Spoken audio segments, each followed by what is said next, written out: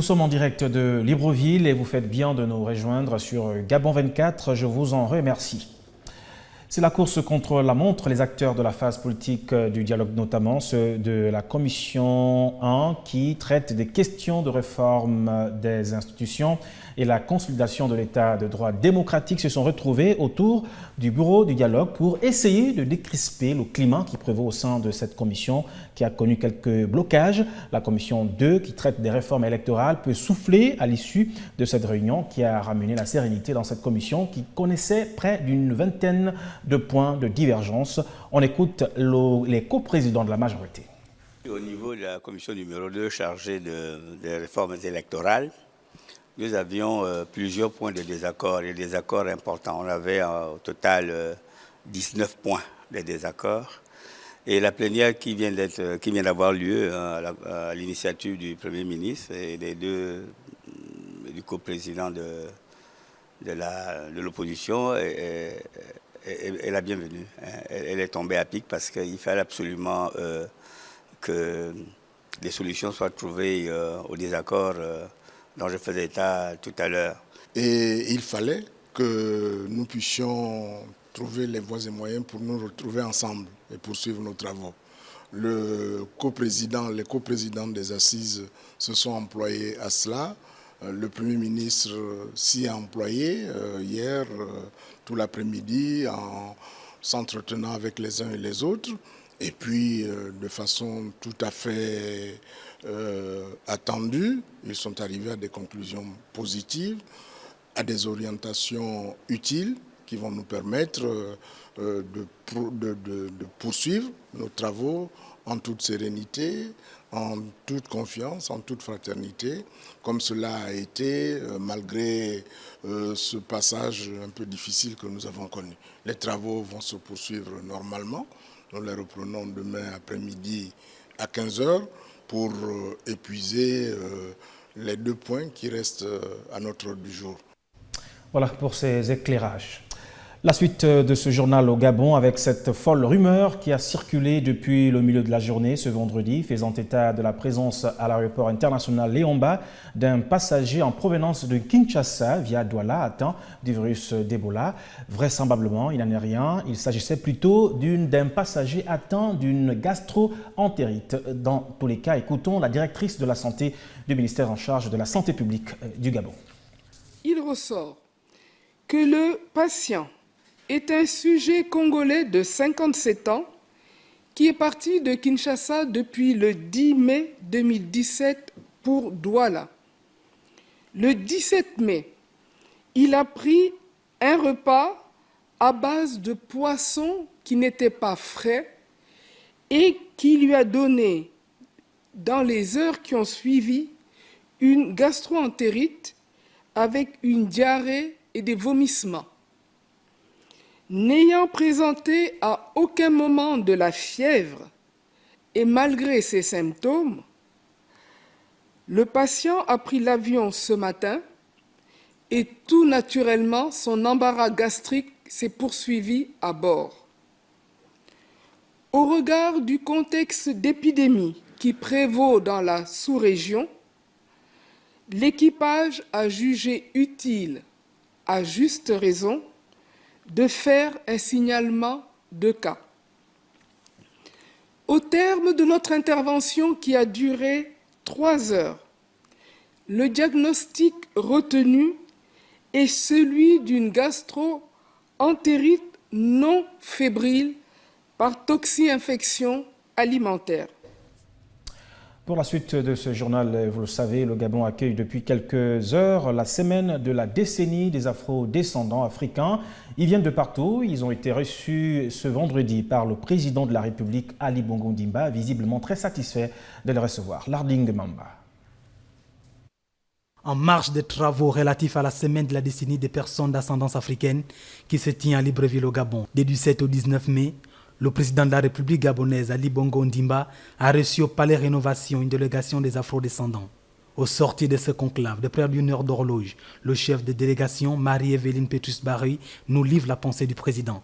Il nous a vraiment expliqué qu'il pensait que nous n'étions qu'un et que notre retour ici pour effectivement parler de notre passé, certes, analyser notre passé était important, mais que ce qui était important, c'est ce qu'on allait faire ensemble pour travailler à notre avenir commun.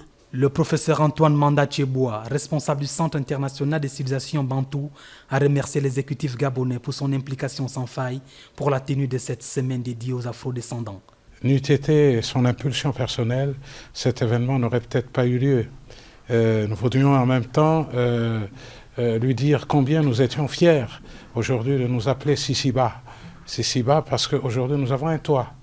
Nous avons une adresse visible à Libreville et c'est grâce à lui que maintenant nous pouvons dignement accueillir nos invités de marque qui viennent de partout. Si notre histoire nous a été volée parce que nous n'avions pas la possibilité d'avoir la voix pour expliquer ce qui nous était arrivé, il fallait que nous nous retrouvions pour que notre avenir ne soit pas volé et que notre voix puisse être entendue, souligne le chef de l'État Ali Bongo Ondimba.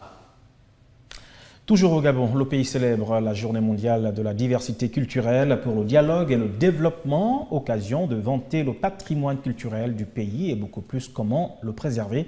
Ce vendredi, l'esplanade du ministère de la Culture a servi de cadre à l'ouverture de cette manifestation internationale qui se tiendra sur 3 jours dans la capitale gabonaise, Ludmila Totom. La diversité culturelle, un héritage commun de l'humanité, sa sauvegarde est un impératif garant du développement et du dialogue. Le 21 mai, la communauté internationale célèbre la Journée mondiale de la diversité culturelle pour le dialogue et le développement. C'est sur le thème « Le rôle des femmes dans la sauvegarde et la transmission du patrimoine culturel immatériel pour la paix et le développement durable » que cette journée offre une opportunité pour approfondir les réflexions sur les valeurs de cette diversité. Aujourd'hui, l'occasion nous est donnée de célébrer les bienfaits considérables de la diversité culturelle, notamment le riche patrimoine immatériel de l'humanité, et de réaffirmer notre engagement à bâtir un monde plus pacifique, fondé sur les valeurs de la compréhension mutuelle et du dialogue entre les cultures. Le ministre en charge de la culture est revenu sur les enjeux et la nécessité de la conservation et la transmission de la diversité culturelle. Alors où nous nous retrouvons pour nous exprimer autour de la question de la diversité culturelle comme élément et socle d'avenir, de développement durable et de paix, nous devons également nous interroger sur que faire. Que faire pour transmettre ces connaissances à des générations de plus en plus ouvertes aux influences du monde? Que faire pour que les outils offerts par la communication parviennent à préserver ce patrimoine et à le transmettre pour les générations futures? Source d'échange et d'innovation et de créativité, la diversité culturelle est l'une des sources du développement, entendu non seulement en termes de croissance économique, mais aussi comme moyen d'accéder à une existence intellectuelle, affective, morale et spirituelle satisfaisante. Justement, une invitée dans ce journal, il s'agit de Madame Victoire Lassénie-Dubose, la présidente de la commission culturelle de l'UNESCO Gabon, dans le cadre de la Journée mondiale de la diversité culturelle pour le dialogue et le développement. Victoire Lassénie-Dubose, bienvenue, merci d'avoir accepté notre invitation. C'est moi qui vous remercie. Vous êtes venue nous parler d'un événement culturel, la Nuit des Tam-Tams. De quoi s'agit-il ? Alors, la Nuit des Tam-Tams marque bien le clou de cette diversité culturelle parce que demain samedi, à partir de 18h, nous aurons sur la même scène un concept qui a déjà été expérimenté l'année dernière et que l'UNESCO a repris cette année. C'est de voir sur la même scène, à tour de rôle, puis ensuite ensemble, le Bénin, le Cameroun, la Côte d'Ivoire, le Gabon, la Guinée, le Mali, le Maroc, le Sénégal, avec des percussionnistes. Et nous avons choisi, pourquoi les percussionnistes? Parce que le tam-tam est un appel. Le tam-tam est le symbole de l'appel, de cet appel à l'unité, de cet appel à la fin des conflits, de cet appel aux femmes, parce qu'il y a des femmes aussi qui vont danser, et de cet appel à la diversité, à la connexion des pays les uns avec les autres, parce que c'est comme ça que la paix peut régner. On s'est rendu compte qu'au Gabon, les Gabonais vivent de leur côté et les étrangers de l'autre. Cette scène qui est un peu aussi l'intégration de toutes ces nations par la culture. Sinon, l'unité africaine. Voilà. L'unité africaine, c'est vraiment l'unité africaine par la culture et c'est vraiment un bon canal par lequel passer parce que c'est par le canal de la mélodie, de l'harmonie, des tam-tams. Je pense que c'est un bon exemple pour les enfants qui nous regardent et pour toutes les populations vivant au Gabon. Le lieu, ça se passe où? Alors, à quelle heure? Ça va se passer au ministère de la Culture, dans l'enceinte même du ministère de la Culture, demain à 18h. Mais, si vous permettez, à côté de cette diversité culturelle, il y a aussi la diversité cultuelle. L'UNESCO a pensé que toutes les structures qui embrassent beaucoup de peuples pouvaient se mêler aussi, de rentrer dans cette journée de la diversité en faisant des cultes dans les lieux de culte de chacun. C'est ainsi que les musulmans auront leur culte dans leurs mosquées, les catholiques dans leurs églises, les protestants dans leurs églises, et les églises de réveil, malheureusement, devaient avoir leur culte demain matin, mais un malheur frappe le principal organisateur qui a perdu sa maman et qui a dû accompagner le corps de sa mère aujourd'hui à Oyem. Donc le culte des églises de réveil ne se fera pas demain, mais à une date ultérieure qui sera communiquée prochainement. Quelque chose à dire encore plus, en plus? Que les gens viennent voir et que les gens viennent voir ce très beau spectacle. Ce n'est pas tous les jours que l'on peut voir danser des Béninois à côté des Camerounais, des Gabonais. Ils seront tous ensemble, main dans la main, demain pour magnifier ce besoin de paix, ce besoin d'arrêt des conflits. Et c'est vraiment un appel, c'est un très grand message que ces retrouvailles de ces pays sur la même scène. Je crois que c'est comme ça que je voudrais terminer le message en disant que nous avons besoin de cette paix pour continuer, pour avancer. Merci à vous, Victoire Lasseni-Dubose. Je rappelle que vous êtes présidente de la commission culturelle de l'UNESCO Gabon. Et puis en marge de cette journée, le rôle de la femme, sa participation dans la sauvegarde et la transmission du patrimoine culturel et immatériel pour la paix et le développement. La question a été largement débattue. Retrouvons Ludmila Totom. Mettre en relief la contribution des femmes du Gabon dans la sauvegarde et la transmission des savoirs endogènes pour la paix et le développement durable, c'est l'objectif de la Journée mondiale de la diversité culturelle pour le dialogue et le développement, commémorée le 21 mai de chaque année. Au Gabon, le thème est évocateur, le rôle des femmes dans la sauvegarde et la transmission du patrimoine culturel immatériel pour la paix et le développement durable. Occasion pour le professeur Mougiama Daouda de revenir sur le rôle de la femme africaine et de sa mission de gardienne de la survie et de la culture en Afrique. Dans nos sociétés, les femmes sont détentrices d'un certain savoir mystique, ésotérique, et ce savoir qui peut contribuer par certains endroits à la préservation de la paix et au développement durable va être transmis aux enfants par la mère en tant qu'initiatrice, en tant que prêtresse de nos rites. Des femmes, des mères et des grands-mères, des conservatoires vivants du patrimoine culturel, détentrices de savoir. La femme que nous sommes toujours, même dans nos vieilles traditions, nous avions eu à régler plusieurs conflits. Mais la femme ne se met pas en avant. La femme est discrète, la plupart des décisions lui sont soumises. Et après avoir discuté, cherché, voire même vérifié, nous transmettons nos paroles aux hommes qui parlent tout haut ce que nous disons tout bas. La femme africaine, préservatrice, transmettrice de la vie et de la culture, un rôle qu'elle doit se réapproprier. Sa place est dans tous les temps, son inventaire du patrimoine culturel, matériel et immatériel, une histoire qui se compte à travers le temps. Ils ont pris l'engagement solennel d'être des ambassadeurs de la jeunesse gabonaise. Il s'agit des jeunes parlementaires du Gabon. C'était à l'occasion de la 6e session du Parlement des jeunes tenue ce vendredi à Libreville. Débattre de 5 thématiques qui touchent directement les jeunes, c'est l'objectif du Parlement gabonais des juniors qui s'est réuni vendredi au Palais de l'Assemblée nationale où ils ont échangé sur les questions relatives à l'encadrement des jeunes. Je voudrais, chers collègues, vous dire que c'est une tâche exaltante de pouvoir être au service de la jeunesse gabonaise, parce que c'est là la mission qui est la nôtre, en tant que parlementaires, mais surtout en tant que parents. 60 parlementaires juniors répartis dans les 9 provinces du Gabon, dont 15 à Libreville et 45 autres à l'intérieur du pays. L'opportunité nous avait été offerte d'échanger avec nos collègues des autres provinces de notre pays, de tisser des liens d'amitié, d'apprendre le travail en équipe et surtout de mesurer le poids des responsabilités, de la prise de décision et l'importance de servir son pays. Le président de l'Assemblée nationale a dit son attachement à la formation et au développement des jeunes. Une jeunesse, selon lui, pour laquelle les pouvoirs publics sont mobilisés. Une jeunesse gabonaise dont l'esprit civique et le souci de l'intérêt public doivent être consolidés et amplifiés afin de garantir à notre si beau pays la pérennité de sa stabilité. Après avoir félicité les parlementaires juniors pour le travail accompli, Richard Auguste Nouvier leur a recommandé de porter haut le flambeau du Parlement gabonais.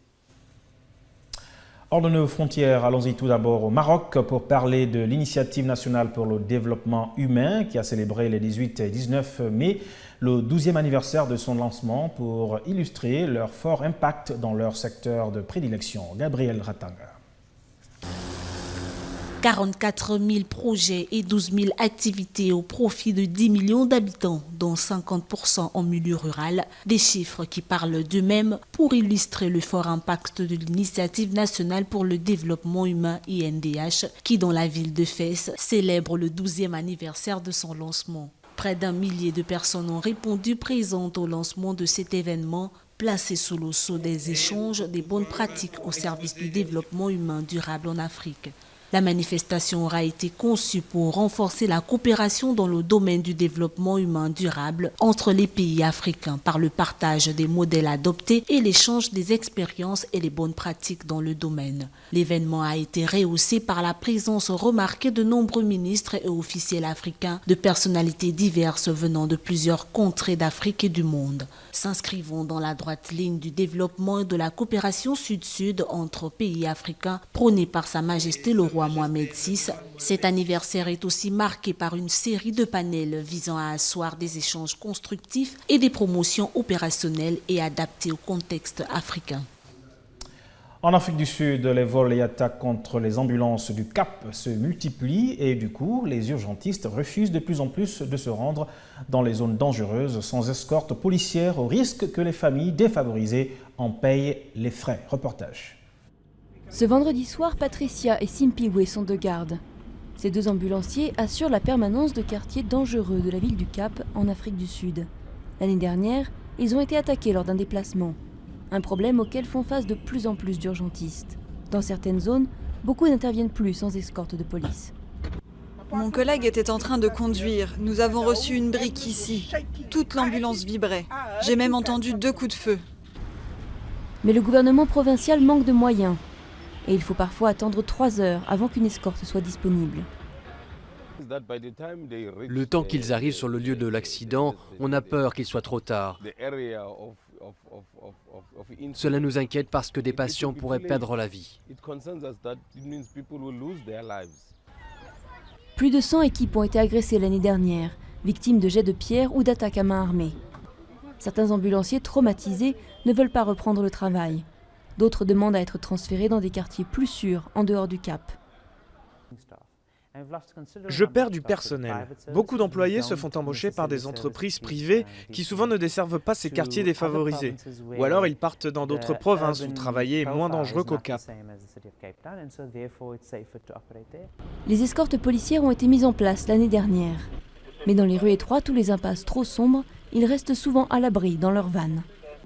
Les flics sont aussi en danger. Ce sont des cibles pour les criminels qui veulent voler leurs armes. Si les ambulances ne se rendent plus dans les quartiers dangereux, ce sont les familles les plus défavorisées qui en paieront le prix. Plus de 50 meurtres ont lieu en moyenne chaque jour en Afrique du Sud, un pays où la pauvreté et le chômage font des ravages. Environ plus d'un demi-million de personnes sont au bord de la famine dans le nord-est du Nigeria, mais le groupe djihadiste Boko Haram bloque les efforts pour porter secours à beaucoup d'entre eux. Gladys Manganga. Malgré les 1,8 million de personnes qui sont au bord de la famine dans le nord-est du Nigeria, le groupe djihadiste Boko Haram bloque les efforts pour porter secours à beaucoup d'entre eux. Au total, 20 millions de personnes vivant dans des zones frappées par la sécheresse au Nigeria, au Soudan du Sud, en Somalie et au Yémen souffrent de famine ou risquent très fortement d'en souffrir dans ce qui apparaît comme la pire crise que nous ayons vue depuis 50 ans. Boko Haram s'est répandu dans ces 4 pays. Nous avons vu des centaines de milliers de personnes déplacées autour de la frontière avec le Niger, le Tchad, au Cameroun et des millions au Nigeria. C'est un problème régional maintenant. L'épicentre se situe dans la partie nord-est du Nigeria, mais d'un point de vue de la sécurité de l'économie, des implications humanitaires, c'est désormais un problème régional majeur. Pour éloigner le spectre de la famine au Nigeria, le programme de prévention de la famine du PAM vise en particulier à contrôler tous les enfants âgés de 6 à 23 mois et à s'assurer, avec l'aide de l'UNICEF, qu'ils reçoivent une alimentation spéciale. Il y a probablement un peu moins de 2 millions de personnes que nous avons classifiées et c'est l'idée que je me suis faite comme en étant au bord du gouffre et la seule chose qui les sépare du gouffre, c'est soit l'assistance humanitaire, soit la fin du conflit. Mais au Nigeria, les plus petits ne sont pas les seuls à souffrir. Quand nous avons vu le niveau de malnutrition des enfants plus âgés, nous avons étendu le programme à tous les enfants jusqu'à 5 ans. Et puis restons dans ce registre pour parler de la lutte contre l'extrémisme et le terrorisme. La question sera au centre du sommet islamique arabo-américain qui s'ouvre en Arabie Saoudite. Le chef de l'État Ali Bongo Ondimba est déjà sur place, un sommet dont prendra part également le président des États-Unis, Donald Trump. Le reportage est signé Ali Renald Radjouba. À l'invitation de Sa Majesté le roi Salman bin Abdelaziz Al Saoud du Royaume d'Arabie Saoudite, le président de la République, chef de l'État Ali Bongo Ondimba, participera ce 21 mai au sommet arabe-islamique-amérique qui se tient à Riyad, lors de la visite du président américain Donald Trump. Cette invitation adressée par le roi d'Arabie Saoudite au président de la République, chef d'État Ali Bongo Ondimba, s'inscrit dans le cadre de son leadership sur les questions multiformes ayant trait à la consolidation de la paix dans le monde et surtout sa prise de position contre toutes les formes d'extrémisme et de lutte contre le terrorisme sous toutes ses formes et quel qu'en soit le lieu. Le président de la République, Ali Bongo Ondimba, se rend donc à Riyad soutenir l'initiative voulue par les dirigeants du monde musulman et les États-Unis dans le cadre d'un nouveau partenariat face à l'extrémisme et au terrorisme. Pour les pays arabes et Washington, il sera aussi question pour Donald Trump, qui effectue sa première visite officielle à l'étranger, de clarifier sa position à l'égard du monde musulman. Notons que le Gabon et l'Arabie Saoudite ont une convergence de vues sur les questions de paix, de sécurité et de lutte contre le terrorisme. Cette visite qu'effectue le président de la République en Arabie Saoudite, la énième du genre, est l'expression de l'excellente relation de coopération qui existe entre les deux pays depuis 1974. Les deux dirigeants se sont engagés à donner un contenu beaucoup plus concret à la coopération qu'ils ont su établir depuis lors. À travers ce déplacement au Royaume d'Arabie Saoudite, le président de la République, chef d'État Ali Bongo Ondimba, va une fois de plus contribuer à renforcer les relations d'amitié et de coopération entre les deux pays. La dernière fois qu'il a effectué cette visite, c'était les 9 et 10 juin 2015. En Angola, plus de 20 000 réfugiés congolais ont fui en Angola. Justement, l'ONU met en garde qu'un soulèvement violent dans la République démocratique du Congo oblige plus de 20 000 réfugiés à trouver refuge en Angola. Beaucoup ont fui dans la province angolaise de Lunda Norte, où le HCR fournit des abris improvisés, de la nourriture et des produits de première nécessité. Gaël Mapessi. Des milliers de personnes continuent de fuir les violences dans les provinces de Kasai. En République démocratique du Congo, et nombre d'entre elles choisissent la destination de l'Angola voisin pour fuir l'insécurité dans leur pays, a indiqué ce vendredi le haut-commissaire des Nations Unies pour les réfugiés. Les gens arrivent dans des conditions désespérées. Ils sont sans eau depuis des jours parce qu'ils ont fui vers les brousses pour traverser la frontière. Sans nourriture, ils sont vraiment malades. Nous avons reçu dans les derniers jours beaucoup de blessés et des blessés qui sont transportés par hélicoptère en priorité par l'armée. Ils sont immédiatement transférés à l'hôpital où ils sont automatiquement enregistrés. Selon l'agence onusienne, les Congolais seraient plus de 20 500 à avoir franchi la frontière depuis le début du mois d'avril dernier. Cet afflux important dans la province de Lunda Norte, frontalier à la RDC, s'est traduit ces derniers jours par plus de 3 000 arrivées en territoire angolais. Nous avons entendu parler du groupe milice Kamuna Swapu pour la première fois quand ils nous ont dit de fuir parce qu'ils ont tué les gens. Après 4 à 5 jours, ils sont revenus et ont brûlé nos maisons. Face à cet important afflux, l'armée angolaise a transporté les nouveaux arrivants depuis les points frontaliers vers les 2 centres de réception de Kakanda et Musonge. Et selon le HCR, chaque jour, des femmes, des enfants et des personnes âgées pour la plupart arrivent dans un état de santé très précaire après avoir marché 2 à 3 jours jusqu'à la frontière. Le président français Emmanuel Macron a passé la journée de vendredi sur la base de Gao au Mali, assurant son homologue malien de la détermination militaire de la France pour combattre le terrorisme. Quelques jours après sa prise de fonction, le président français Emmanuel Macron a effectué une visite ce vendredi sur la base de Gao au Mali, assurant son homologue malien de la détermination militaire de la France. Il a également exprimé sa fermeté face aux lenteurs de l'application de l'accord de paix de mai-juin 2015. La France continuera l'engagement militaire qui est le sien, qui permet à la fois la sécurisation, le retour à la souveraineté pleine et entière sur l'intégralité du territoire et l'éradication du terrorisme islamiste. La première attente et la première réponse que nous devons apporter à la situation du Mali, c'est précisément l'application pour ce qui relève de notre part de l'intégralité des accords d'Alger et donc de la sécurisation du territoire malien. Le président malien Ibrahim Boubacar Keïta a salué l'action de l'armée française qui se bat pour ramener la paix dans cette partie du pays. Cet ennemi planétaire qui frappe aveuglément et partout était sur le point de remettre définitivement en cause les fondements même de notre nation en tant qu'État. C'est alors qu'au nom de l'histoire, votre pays, votre peuple est venu au secours du Mali. Votre prédécesseur, le président François Hollande, avait alors justifié cette décision parce qu'il a appelé la dette de sang de votre peuple à l'égard du peuple du Mali. Par ce voyage, il tenait sa promesse de consacrer aux troupes françaises à l'extérieur son premier déplacement, signe de l'importance qu'il attache à son rôle de chef des armées, d'où son choix du Mali, principal théâtre des interventions militaires françaises. À Gao sont déployés 1700 soldats au fil des rotations de 4 mois dans des conditions éprouvantes. 19 militaires français ont été tués au Mali depuis le lancement de l'opération Serval. Les Iraniens ont voté massivement et avec enthousiasme vendredi pour élire leur président, un scrutin déterminant pour le sortant Hassan Rouhani et la poursuite de l'ouverture au monde entamée par l'accord nucléaire de 2015 avec les grandes puissances. Miguel Magbika.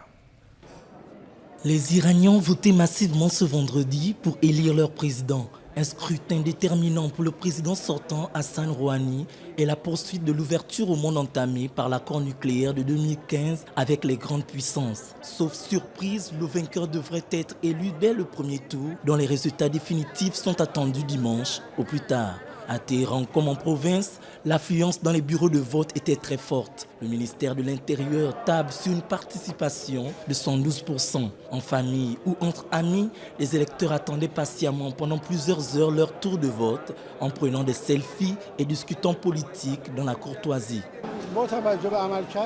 J'ai voté pour Raïssi. Quand je regarde ce qu'a fait Rouhani ces 4 dernières années, je lui donne une mauvaise note parce qu'il a échoué. Je ne connais pas Raïssi très bien, mais entre le mauvais et le pire, on choisit le mauvais. J'espère que le prochain président nous apportera de bonnes choses. J'ai voté pour Raïssi et je m'attends à ce qu'ils tiennent derrière le guide suprême, le soutiennent et combattent en permanence nos ennemis et les ennemis du guide. Le scrutin se tient 2 jours après la décision américaine de renouveler l'allègement des sanctions contre l'Iran, conformément à l'accord nucléaire de 2015 entre Téhéran et 6 grandes puissances, dont les États-Unis. Le président Rouhani, élu en 2013, a consacré la majeure partie de son premier mandat de 4 ans à la négociation de cet accord ayant permis d'entamer l'ouverture économique et politique de son pays. Mais malgré cet accord, la méfiance demeure entre Téhéran et Washington, qui ont rompu leurs relations diplomatiques peu après la révolution islamique en 1979.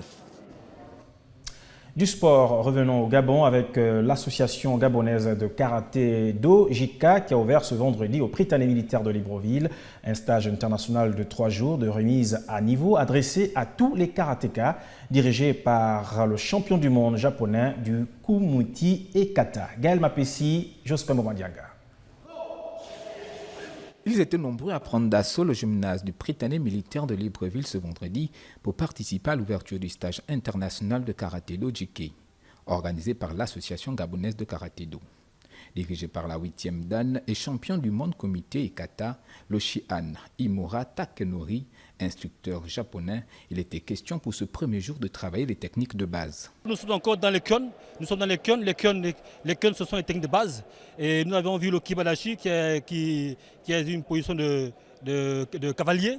Donc c'est une position très forte, c'est une position de stabilité et assortie des coups de poing, des rentsuki, donc des enchaînements de coups de poing gauche-droite. Et ça fait partie de la base de la jiké. Parce que la jiké, il faut avoir la stabilité, il faut avoir la force, il faut avoir le kime, il faut savoir donner son coup de poing, mais surtout avoir beaucoup d'énergie. Un stage aux allures de remise à niveau ouvert à tous les karatékas. Ce stage s'adresse justement à tous les degrés de karaté, tous les pratiquants. Vous voyez bien que les enfants sont là, les dames sont là, les jeunes sont là, les anciens sont là, même les élèves, les combattants de l'équipe nationale sont là. Ce stage prévu pour durer 72 heures vise à redonner un souffle nouveau au karaté gabonais afin d'être plus compétitif sur le plan international. Merci d'avoir suivi le journal. Bonne suite de programme sur Gabon 24. L'information continue.